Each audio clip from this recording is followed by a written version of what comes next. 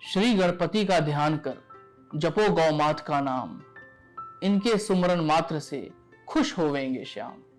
नमस्कार, आप देख रहे हैं स्वदेशी वीआईपी का चैनल। मैं हूं यश और आज हम जानेंगे भगवान श्री कृष्ण का अद्भुत गौ प्रेम। और वीडियो के अंत में हम आपको बताएंगे कि गाय का गीता सार से क्या संबंध है। तो वीडियो के अंत तक बने रहिए, आज हम आपको पूरी जानकारी देंगे। भगवान श्री कृष्ण, वो नाम जिसको मात्र सुन लेने से ही रोम रोम पवित्र हो जाता है। भगवान श्री कृष्ण जो प्रेम, दया, मित्रता का सागर है, ऐसा ही कुछ प्रेम भगवान का गायों को लेकर है। हिंदू धर्म में गाय को माता, कामधेनु, कल्प वृक्ष और सभी कामनाओं की पूर्ति करने वाला बताया गया है। गाय माता के संपूर्ण शरीर में 33 करोड़ देवी देवताओं का वास होने का उल्लेख भी शास्त्रों में मिलता है। भगवान श्री कृष्ण गौ सेवा के अनन्य प्रेमी थे। शास्त्रों में गाय माता के 108 नाम बताए गए हैं। कहा जाता है कि गाय के इन 108 नामों का जप करने से भगवान श्री कृष्ण प्रसन्न हो जाते हैं। अब आप कहीं ना कहीं ये सोचते भी होंगे या मन में प्रश्न आता ही होगा कि अगर भगवान कृष्ण गायों के इतने प्रेमी थे तो कृष्ण भगवान कौन सी गाय का दूध पिया करते थे। तो आपकी इस उलझन को भी हम दूर किए देते हैं। दरअसल एक बार की बात है, भगवान के मन में दूध पीने की तीव्र इच्छा जागृत हुई। उस समय वर्तमान में कोई भी गाय उपस्थित नहीं थी। तब भगवान ने अपने वाम भाग से लीला पूर्वक सुरभि गौ को प्रकट किया था। उसके साथ एक बछड़ा भी था जिसका नाम मनोरथ था। उस गौ को सामने देख श्री कृष्ण के परम मित्र सुदामा ने एक रत्नमय पात्र में उसका दूध दूहा और उस सुरभि से दूहे गए स्वादिष्ट दूध को स्वयं भगवान श्री कृष्ण ने पिया।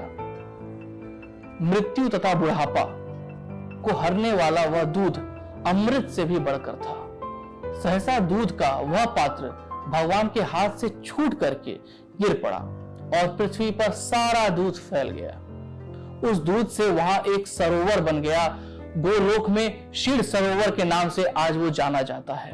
गोपिकाओं और श्री राधा के लिए वो क्रीड़ा सरोवर बन गया। उस क्रीड़ा सरोवर के घाट दिव्य रत्नों द्वारा निर्मित थे। भगवान की इच्छा से उसी समय असंख्य कामधेनु गाय प्रकट हो गईं। जितनी वे गौएं थी उतने ही उनके बछड़े उस सुरभि गौ के रोमकूप से निकल आए। इस प्रकार उन सुरभि गौ से ही गौ की सृष्टि मानी गई है। भगवान श्री कृष्ण को गायों को चराने का भी शौक था। तीनों लोकों के कष्टों को हरने वाले श्री कृष्ण के अनिष्ट हरण का काम गाय करती है। नंद बाबा के घर सैकड़ों ग्वाल बाल सेवक थे, पर श्री कृष्ण गायों को दूहने का काम भी स्वयं करना चाहते थे। कन्हैया गायों को चराना चाहते थे, पर मैया की आज्ञा भी तो अनिवार्य है। अब कन्हैया ने माता से गाय चराने के लिए जाने की जिद की और कहने लगे कि भूख लगने पर वे वन में तरह तरह के फलों के वृक्ष से फल तोड़कर खा लेंगे। तब कहीं मैया ने जाकर के उन्हें आज्ञा दी। स्वदेशी वीआईपी की गौशाला में भी सभी गायों को ठीक उसी तरह से प्रेम किया जाता है जैसे भगवान श्री कृष्ण अपनी गायों को किया करते थे। कहा जाता है कि भगवान श्री कृष्ण जब गाय चराने जाते थे तो गौ माता के पीछे चला करते थे।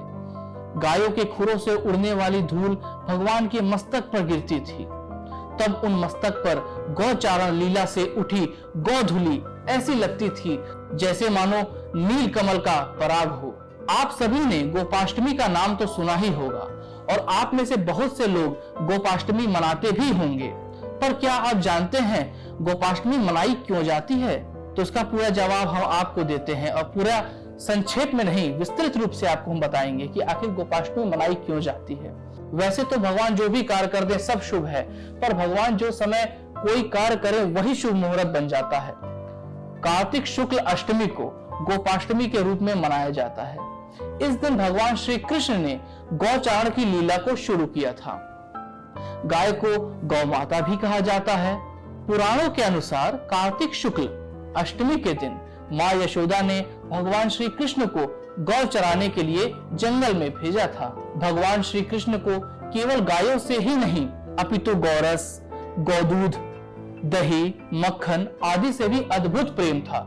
यूं ही नहीं, हम सब उन्हें माखन चोर भी कहते हैं। स्वदेशी वीआईपी की गौशाला से जो गौरस, दूध, दही, मक्खन आदि बनता है वो ठीक वैसे ही तैयार किया जाता है जैसे कि गोकुल में गायों का लालन पालन कर उनसे गौरस, दूध, दही, मक्खन आदि बनाया जा रहा हो। श्री कृष्ण द्वारा 11 वर्ष की अवस्था में मुष्टिक, चारुण, हाथी और कंस का वध गौरस के अद्भुत चमत्कार के प्रमाण हैं और इसी गौदुग्ध का पान कर भगवान श्री कृष्ण ने दिव्य गीता रूपी अमृत संसार को दिया था, जिसका पान हम आज भी करते हैं। इसका जिक्र हमने आपसे वीडियो की शुरुआत में ही कर दिया था। ये वही बात है। गौ मां की रक्षा के लिए भगवान श्री कृष्ण ने क्या क्या नहीं किया, क्या क्या लीलाएं नहीं खेली। उन्होंने दानावल से बचाया, इंद्र के कोप से बचाया और ब्रिजवासियों की रक्षा के लिए गिरिराज गोवर्धन पर्व को अपनी उंगली पर उठा लिया। तब देवराज इंद्र ने ऐरावत हाथी की सूंड के द्वारा लाए गए आकाश गंगा के जल से तथा कामधेनु ने अपने दूध से उनका अभिषेक किया और कहा कि जिस प्रकार देवों के राजा देवेंद्र हैं, उसी प्रकार आप हमारे राजा गोविंद हैं। गोविंद नाम मतलब चरवाहा, चरवाहा मतलब भगवान श्री कृष्ण। तो ये था भगवान श्री कृष्ण का अद्भुत गौ प्रेम। ये वीडियो आपको कैसा लगा हमें कमेंट में बताइए और साथ ही साथ अगर आप गौ मां के बारे में जानना चाहते हैं और क्या क्या जानना चाहते हैं तो वो भी आप हमें कमेंट सेक्शन में बताइए। उसको लेकर के हम दूसरी वीडियो आपके लिए जरूर लेकर के आएंगे।